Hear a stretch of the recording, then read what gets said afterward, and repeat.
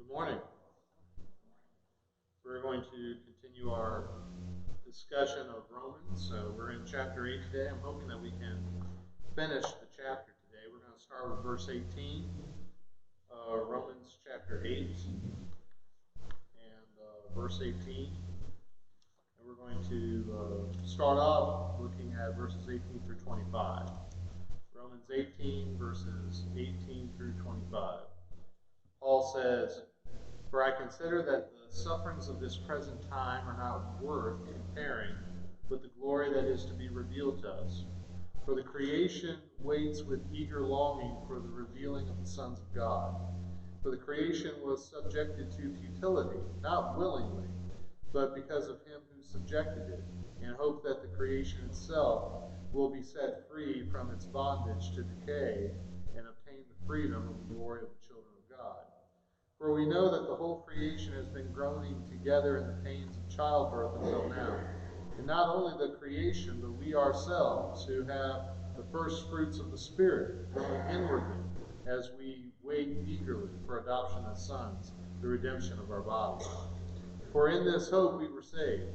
Now hope that is seen is not hope. For who hopes for what he sees? But if we hope for what we do not see, we wait for it with patience." This is one of the more deeper, harder to understand sections of Romans and really the New Testament.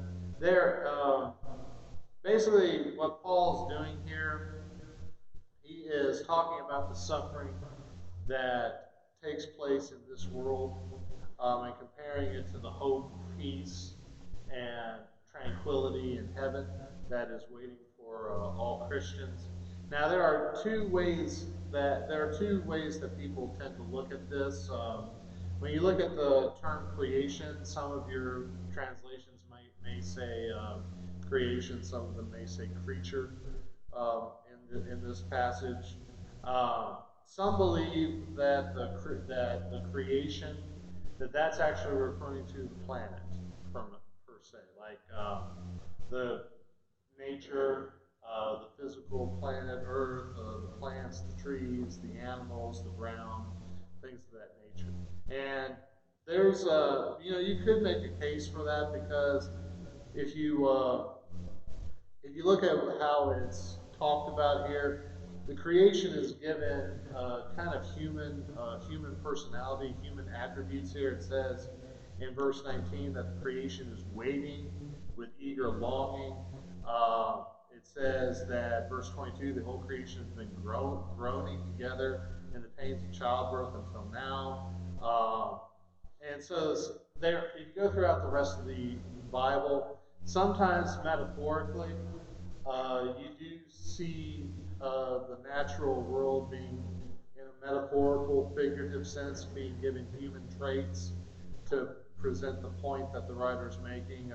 Sometimes you'll read, the mountains shouted with joy or something like that in the Psalms. And so there is the idea that some have that that when he talks about the creation waiting or the creation groaning, that's talking about the planet. But I tend to hold to a different view. I think there's another view that kind of makes more sense. And that is that the creation is referring to mankind. So if you read in this passage creation or creature, that's actually referring to humanity as a whole, human beings. And the reason I think that that's the more accurate way to look at it is because you remember what Jesus said about preaching the gospel, Mark 16, verse 15. He said, "Go into all the world and preach the gospel to what? To the whole creation." Now, and some of your translations would say to every creature. Now, how do we look at that, though? I mean, have you ever looked at that verse? Especially those of you who have the translation that says, "Preach the gospel to every creature." Do you take that to mean that you go home and you start talking to your dog about Jesus? Or you go to the park and you look up at the birds and you start telling them about the gospel message? I mean, obviously not. You understand that creation or creature in Mark 16, verse 15, basically means to every person, to all of humanity. And I think that that's what Paul's referring to here as well. He's talking about suffering. He's talking about the sufferings that we go through, that he himself goes through as a Christian, but he leads into the sufferings that all of humanity are going through in this life. Go back to verse 18. I consider that the sufferings of this present time are not worth comparing with the glory that is to be revealed with us. Remember what he had just said. We looked at this last week, verses 16 and 17. The Spirit himself bears witness with our spirit that we are children of God, and if children, then heirs, heirs of God, and fellow heirs with Christ, provided we suffer with him, in order that we may also be glorified with him. We are heirs. God adopted us, Christians, and being heirs, that means we have an inheritance. And that inheritance is basically described in Peter's writings as the reward that's waiting for us in heaven. That is our inheritance. And he is saying, we are heirs of God, joint heirs with Christ. We're going to get that inheritance, provided we suffer in this life. And then he starts talking about sufferings, the sufferings that he as a Christian, that we as Christians go through. But then he leads into how all of humanity suffers in this life. And his point in verse 18 is that the hardships that you go through in this life, they do not hold a candle to the reward you have waiting for you in heaven. The glory that is waiting for you in heaven. And Christians, we need to remind ourselves of that sometimes. We all suffer in this life. We all have hardships and problems and burdens. We have stresses, we have worries, we have anxieties, we have disappointments. We grieve, we're sad, we have a loss of joy.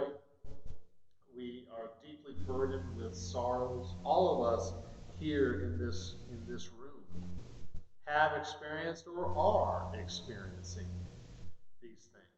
It would do us good to remind ourselves of the point of verse 18 as Christians. We sing a song, and many of you know this song. This world is not my home. I'm just a passing through. It takes a lot of faith and a lot of foresight to really not only believe that song, but also to really get what that song is saying. Because all we know is this life, right? From the moment we were born and we began to look around, all we've seen is this world. And then later in our development as a child, when we became cognitively aware, again, all we've seen is this world, this life. That's all we know. So the concept that this is not our home, that this is not all that there is, and that as faithful Christians, there's something that's even better waiting for us. In fact, verse 18, the hardships we go through in this life are not worth comparing to the glory that is waiting for us. It takes a lot of faith. And it takes a lot of foresight for us to remind ourselves of that. But we need to. We need to. Because otherwise, all we would be doing is focusing on the burdens of this life. And when all you do is focus on the burdens of this life, those burdens will overcome you. That's one of Satan's tricks.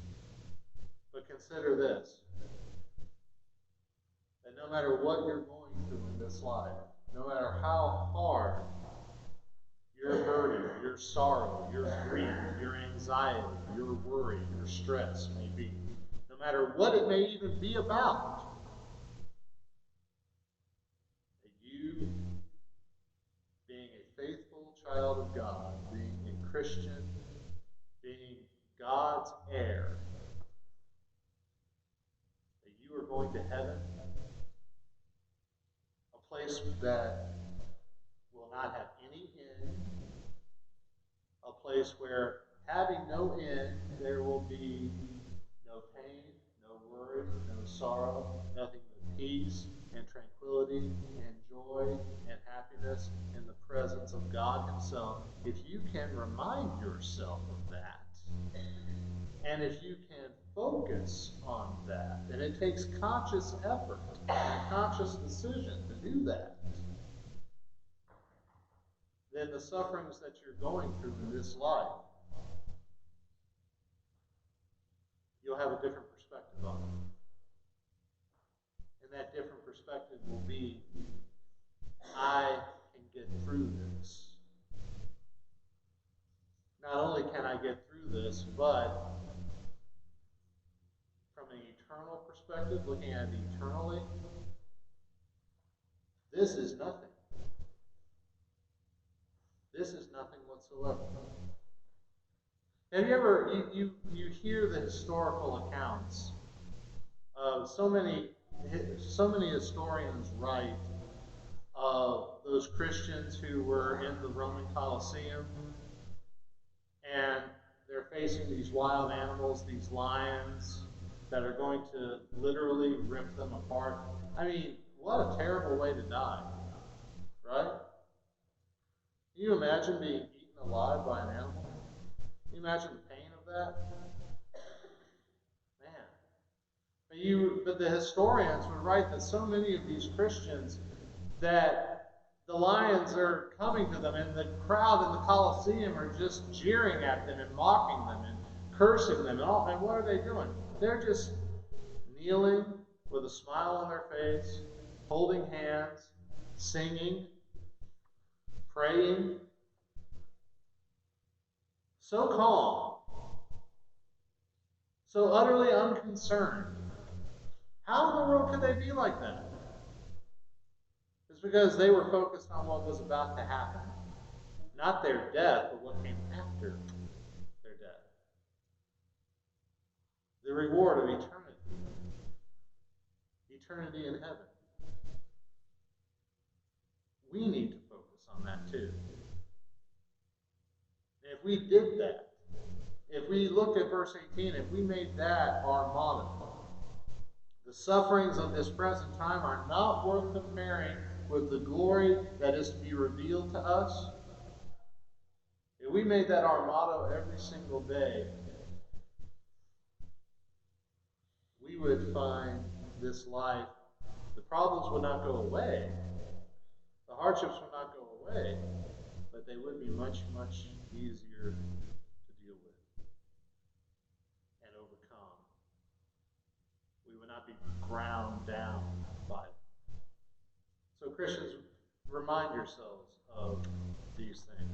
Now look at verse 19. This is where the deep stuff, the difficult stuff that talks about you. Again, some people look at creation as the planet, but I think the better way to look at it is it's talking about humanity. So verse 19, where it says, the creation waits with eager longing for the revealing of the sons of God. For the creation was subjected to futility, not willingly, but because of him who subjected it, in hope that the creation itself will be set free from its bondage to decay and obtain the freedom of glory of the children of God. Paul's giving us another reason to endure suffering here. Okay? Mankind as a whole, humanity, has not been able or even willing to control the flesh. And that's what brings about our own demise. A lot of the problems in this life are there because of bad decisions, sinful decisions that people make. And even if you yourself make good decisions, sometimes the bad decisions of others impact you. Now, I have never, because I'm conscious of what God says in the Bible, I have never in my life taken even a single drink of alcohol. I never have. The only alcohol I've ever had has been in medicine. That's it. But you know what? Nothing, that will not stop, possibly, me getting hit by a drunk driver. That could still happen. The decisions that people make that go against the will of God are one of the major reasons why hardship and trial and error take place in this life. So there's a reason why verse 19 says that the creation waits with eager longing for the revealing of the sons of God. We are in the situation that we are in, humanity as a whole, because we have not made the right decisions. We have not controlled our own desires. We've given in to our own fleshly desires, our desires that go against God's will. And so now, humanity as a whole is looking forward to the day when it will be redeemed. And the thing is that for many, they don't even know that that's what they're looking forward to. Have you ever heard anyone who has no relationship with God whatsoever, might not even believe in God, and yet they might be talking about the problems in their life, and they might ask this question: when is it going to end? You ever heard anyone ask that? When is it going to end? What are they doing? They're looking forward to the day when it will get better. They were looking forward to the day when the problems and trials will stop. Now, the Bible teaches that that will happen for faithful Christians when they enter into heaven. People who are not faithful Christians, the rest of humanity, they don't recognize the specifics of that, of the event that when suffering will cease, but they're still wanting it. They're still wanting the problems to cease, aren't they? They just don't recognize what the specifics of that event and what it takes, what is required of them to be able to participate in that, to be a part of that. So the creation as a whole, humanity as a whole, is waiting with eager longing for the revealing of the sons of God. Look at verse 20. The creation was subjected to futility, not willingly, but because of him who subjected it, in hope that the creation itself will be set free from its bondage to decay and obtain the freedom of the glory of the children of God. What this is talking about is humanity as a whole, mankind, was basically made subject to vanity. What is vanity? Vanity is something that's meaningless, right? Something that is futile. When you think about it, sin is the most meaningless, vain, futile endeavor you could ever be a part of. When you think about it, let's take a sexual sin, for example. Let's talk about having sex outside of marriage. Okay? The Bible calls that a sin. Now, in the long term, why is that futile? Why is that futile? Well, number one, from an eternal perspective, since you're going against God's will, then that's what's opening up the door for you to be denied heaven for all eternity and go to hell instead, right? So yeah, that's definitely futile from an eternal perspective. But also think about this from this life. Think about the futility of not heeding God's law about sexual union and marriage. Think about that in this life. You know, there are statistics that are showing that ever since for the past 50 some odd years, ever since the sexual revolution of the 60s, free love where anything goes, men, your average male in Western culture, have become, in the way that they look at women, they become more self-centered. They more and more men are looking at women as just something to gratify their own desires. That's it. They want to get together with women sexually, and then they leave them, especially if they get pregnant. And in the long term, what's lacking in the male's life is the real solid companionship and nurturing and support that a wife, a companion, a helpmate in marriage could give you. So, by giving into the desires of the flesh, males, human, the male gender as a whole, is not doing themselves any favors. But what about the female? Studies have shown that the female looks at sex completely differently than the male, that they want nurturing from the person that they're sexually active with. They want a relationship. They want closeness. But they're not getting it. Not by hooking up outside of marriage. Because the guy has gotten what he wants and he's going to leave him. And now, as a result, their self-esteem is shot. They realize that they've been used. The suicide rate has gone up. And there are many researchers that are finding a direct correlation between that and the so-called sexual revolution of the past decades. How much better would it be to simply do things God's way, right? Or have as much sex as you want. In fact, I want you to, but in marriage. In marriage. And by doing that, if you do it my way, in marriage, you grow closer to each other. You find that you have that support system.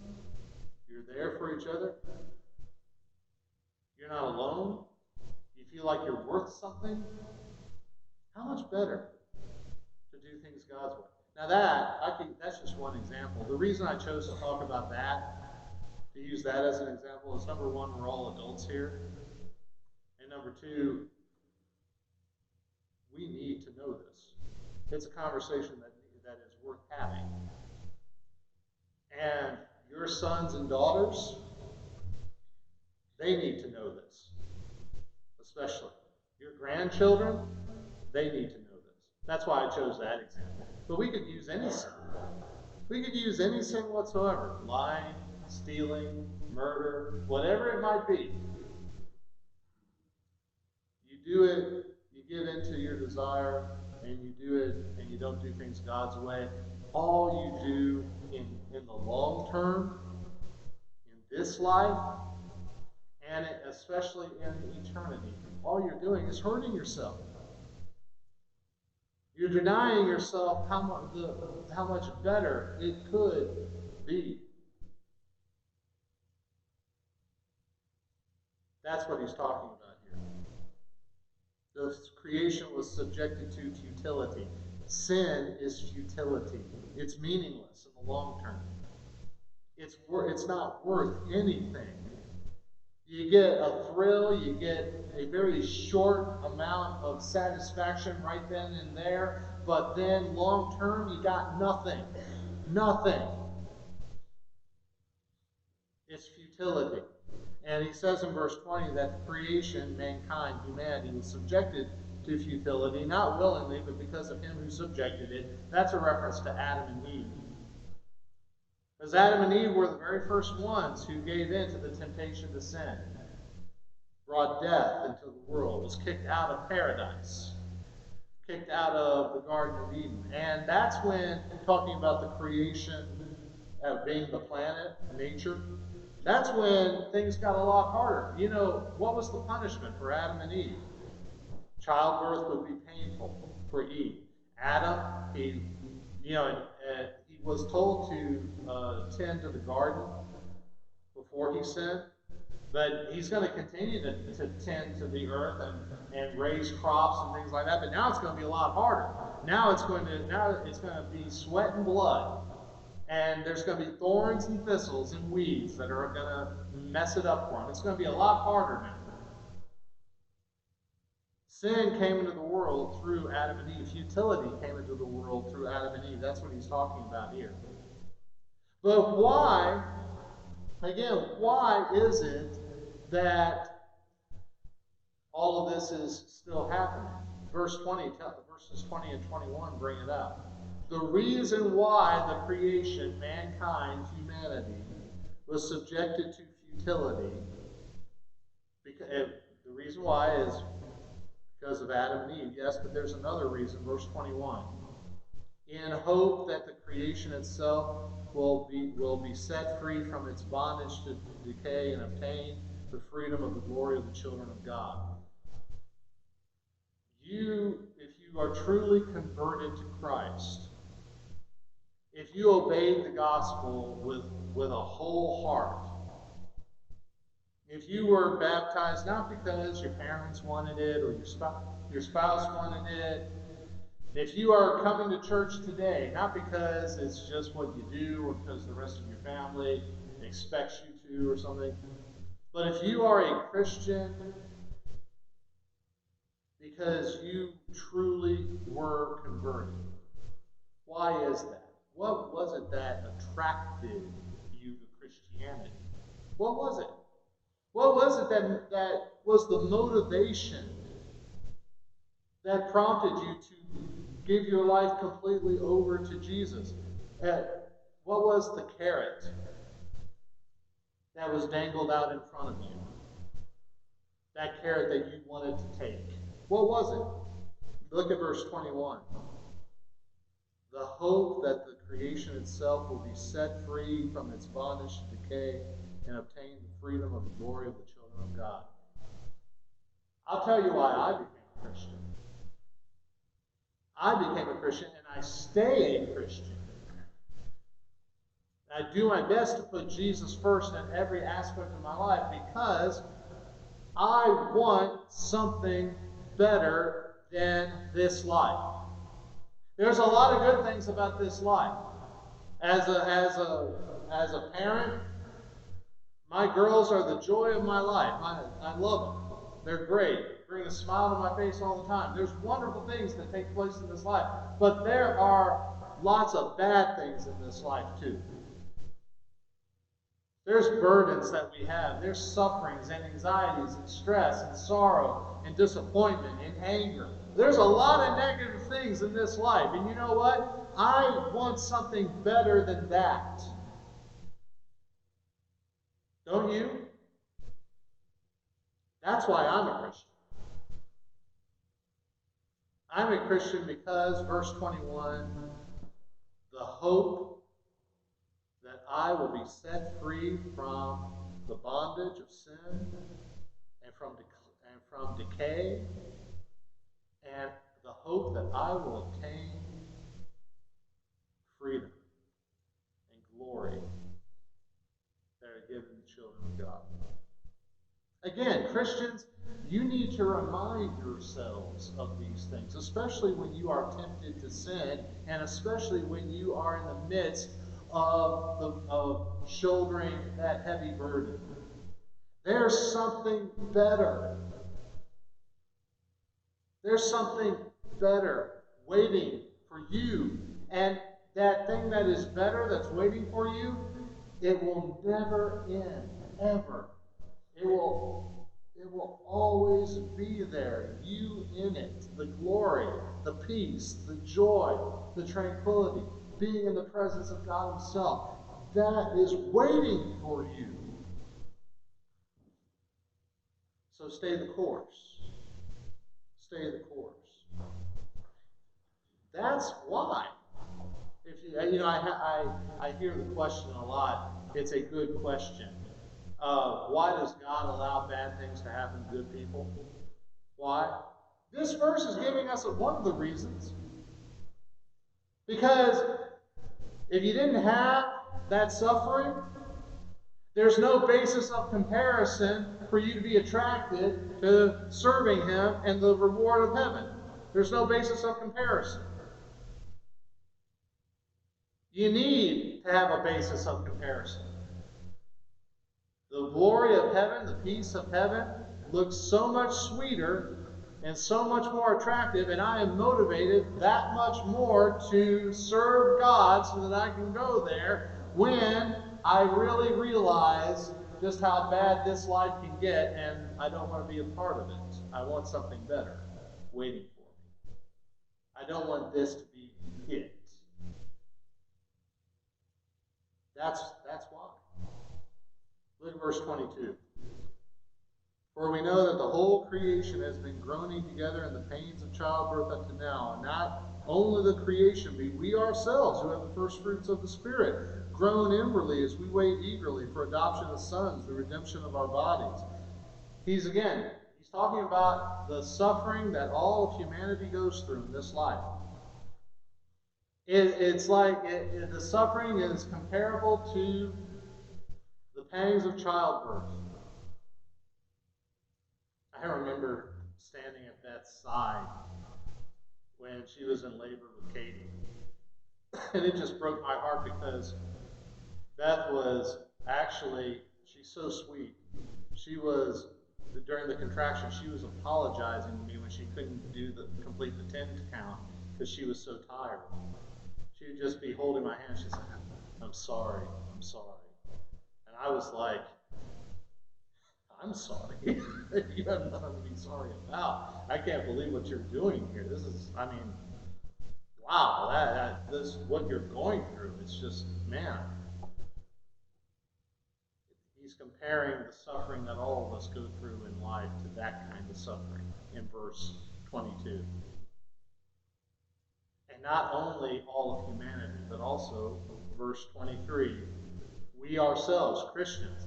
You know, people like Joel Osteen and others who say that if you serve God and you're a child of God and you're a servant of God, then the reward will be that nothing bad will happen to you, and your bank account will get lots of zeros behind it.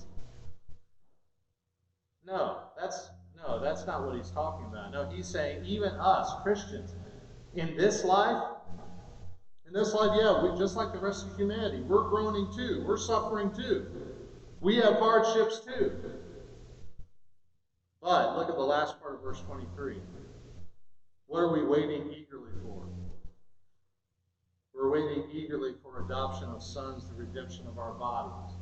In other words, we're waiting for that inheritance. Remember, back in verses 16 and 17, we are heirs, heirs of God, joint heirs with Christ. We got that inheritance of heaven coming for us. We're waiting eagerly for it. And that's what he's talking about in verses 24 and 25. For in this hope we were saved. The hope of what? The hope of heaven. The hope of something better than this life that has pain and suffering in it. Now notice what he says about hope in verse 24. Hope that is seen is not hope, or who hopes for what he sees? To give you an idea of what he's talking about, have you ever, all right, you're going, have you ever, during Christmas or Thanksgiving, you go home to mom's house, and you remember the dish that your mom made that only she can make it the best, you know. You can't make it the right way. Your spouse can't make it the right way. You can't find it in any restaurant. Whatever that dish is that she makes, it's perfection. Only she can make it. So you get in the car and you turn and you say, and let's just say it's, I don't know, a green bean casserole or something like that. And you turn and you say, oh, I really hope that she makes that green bean casserole, right? Now for me, it's sausage balls and pumpkin pie. That's what I'm hoping for this week when I go home, mom and dad. Sausage balls and pumpkin pie. Okay, telling, oh, I hope that she makes that sausage balls and pumpkin pie. Now, what would happen if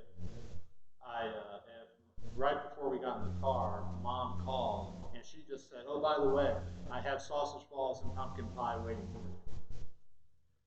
Would it make sense for me to then say, right after she's given me that knowledge, would it make sense for me to then say, oh, I hope she makes that pumpkin pie and sausage bowl? No, I'm not hoping for it anymore. She's already told me. It's there. You know, or even more. I get there, walk in, and there it is, right there on the kitchen table, the sausage balls and the pumpkin pie. And I look at Beth and I say, I really hope she makes sausage balls and pumpkin pie. That it doesn't make sense for me to say that because I'm seeing it right there. And that's what he's talking about in verse 24. Hope that is seen is not hope, or who hopes for what he sees? We hope for heaven. Why do we continue to hope for it? Because we haven't been given heaven yet. We haven't seen it yet. That's one of the big things about faith. That's one of the big parts of faith. Faith is the assurance of things hoped for, the conviction of things not seen. We have faith in heaven. We are assured of what we hope for. We hope for something that we haven't seen yet, but our faith is so strong that we know it's there. And we are eagerly waiting for it. That's why he says in verse 25, we hope for what we do not see. And if we do that, we wait for it with patience.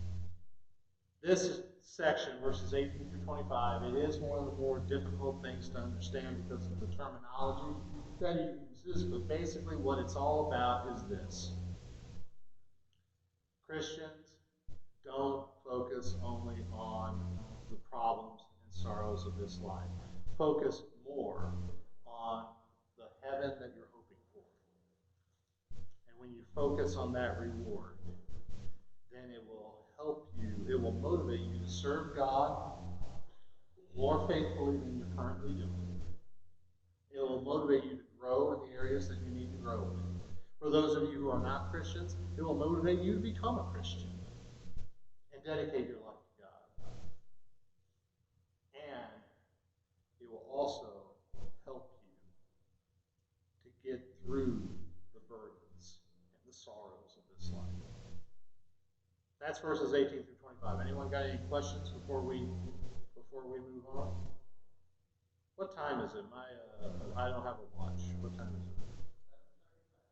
All right, we're done. Okay, went 5 minutes over. We'll pick up next week, Lord willing, with verses 26, and hopefully we'll get through the rest of the chapter then. So thank you all for your attention. Let's close with a word of prayer.